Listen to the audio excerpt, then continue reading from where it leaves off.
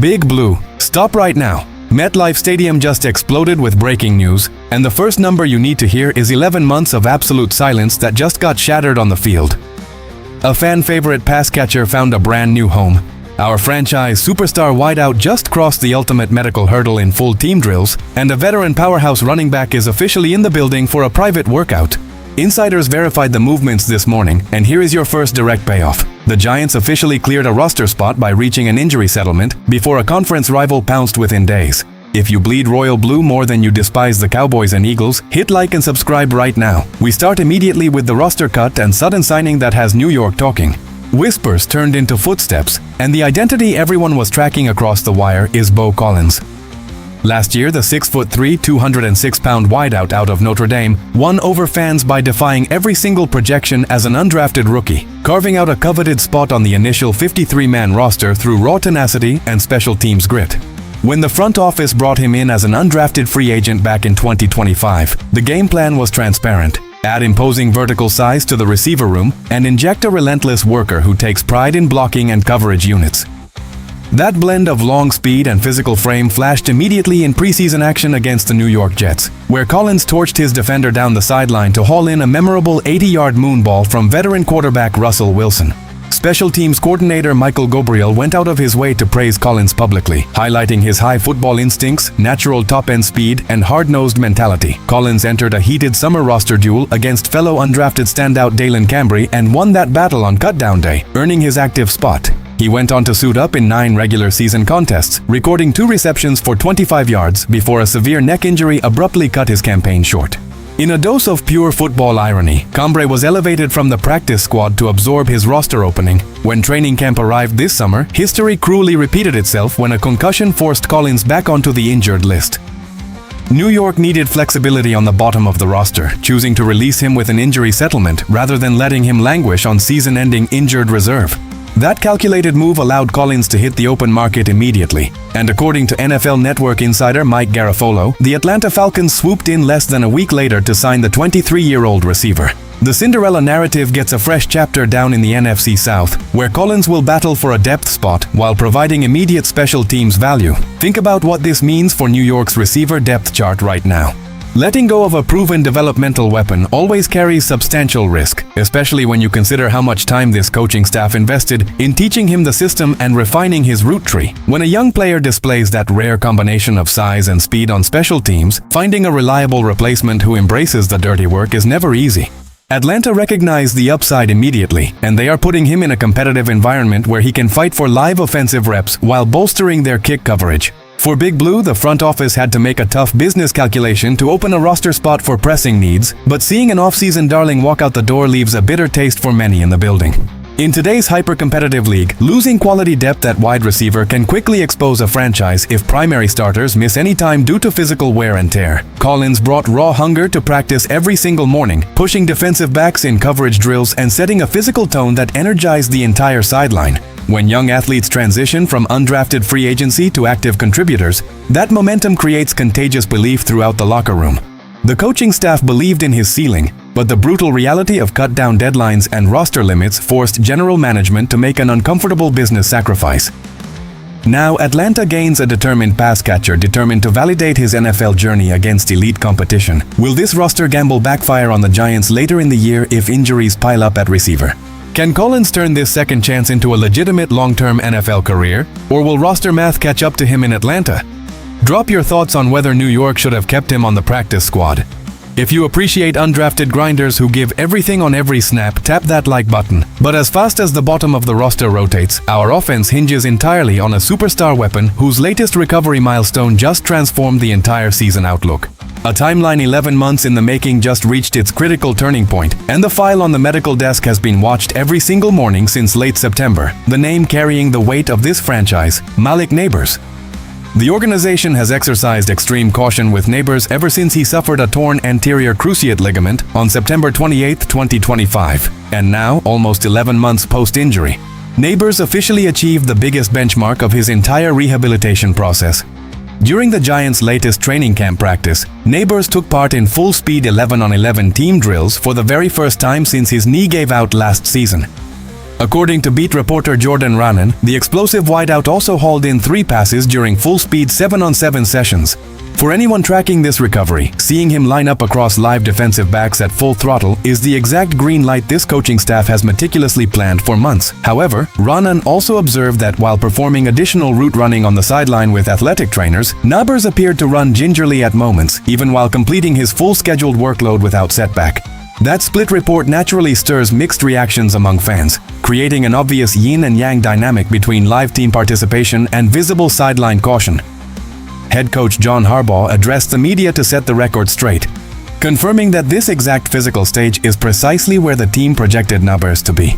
Harbaugh emphasized that Nabers has already been sprinting, planting, and making aggressive cuts, meaning natural muscle soreness is an expected consequence of graduating back into intense team scrimmage periods. Running cautiously on the sideline after max effort 11-on-11 reps reflects the normal adaptation phase of rebuilding muscular endurance.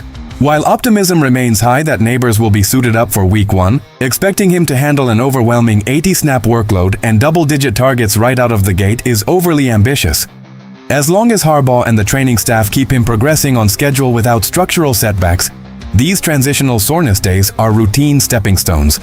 Consider the strategic ripple effect this development creates across our entire offensive playbook. When Nabers is on the field running crisp routes, opposing defensive coordinators are forced to keep safety help over the top, which immediately opens up rushing lanes between the tackles and provides single coverage for the rest of our pass-catching group.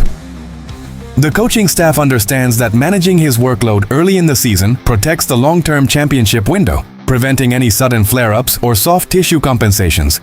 Nabers possesses the kind of game-breaking explosiveness that dictates defensive game plans, and having him back in full team periods elevates the competitive energy of the entire squad. The locker room knows that having their primary weapon back on the field changes the dynamic completely, even if his snap count starts conservatively. Rebuilding confidence after a major ligament tear is as much a psychological challenge as it is a physical trial, requiring repetitions against live contact to silence any lingering hesitation. When opposing secondaries are forced to account for his vertical speed, the entire offensive geometry opens up dramatically for intermediate crossers and play-action concepts. New York's offensive balance relies heavily on his ability to win individual isolation routes on crucial third-down scenarios, turning routine short conversions into explosive touchdowns. Seeing him run with conviction during live practice reps sends an unmistakable message across the NFC East that this attack is regaining its sharpest edge.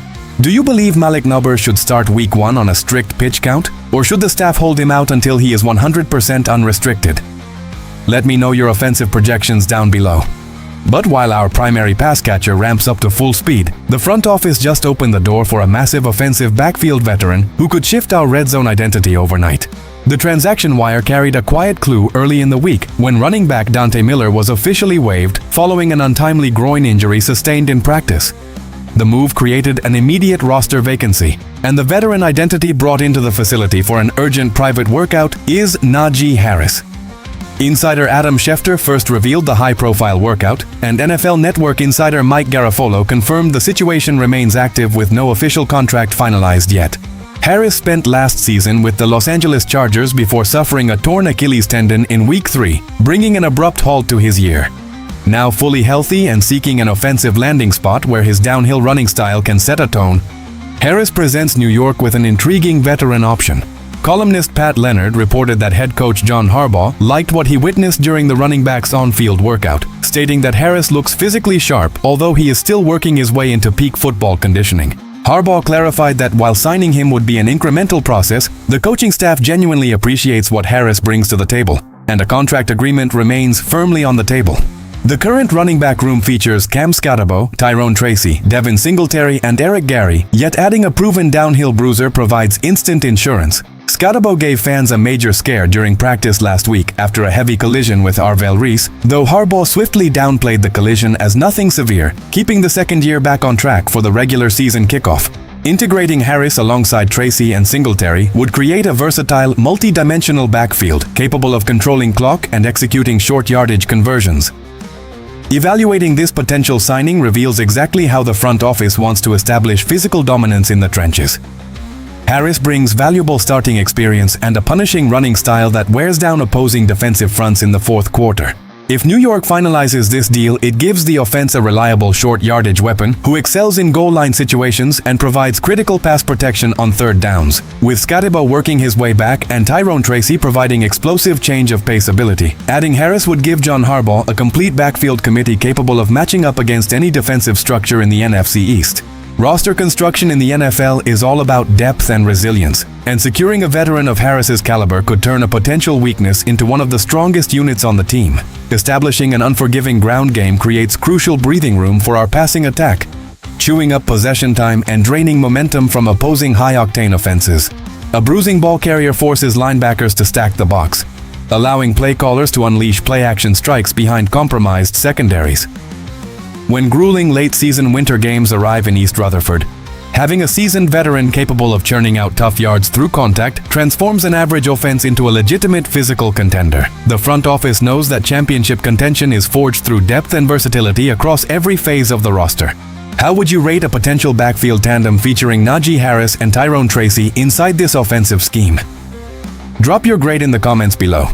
3 distinct moves, 1 decisive vision for the New York Giants. Bo Collins earns a deserved second chance down south. Malik Nabers conquers the most significant hurdle of his recovery by returning to full-speed 11-on-11 team drills, and the front office actively evaluates Naji Harris to solidify the offensive backfield. Big Blue is sharpening its roster depth, establishing physical toughness, and assembling the essential pieces required to compete in a grueling division race. If you believe this team is constructing something special for the upcoming campaign, smash that like button right now. Leave a comment below with your exact Week 1 prediction for Malik Nabers. How many snaps and touchdowns is he logging?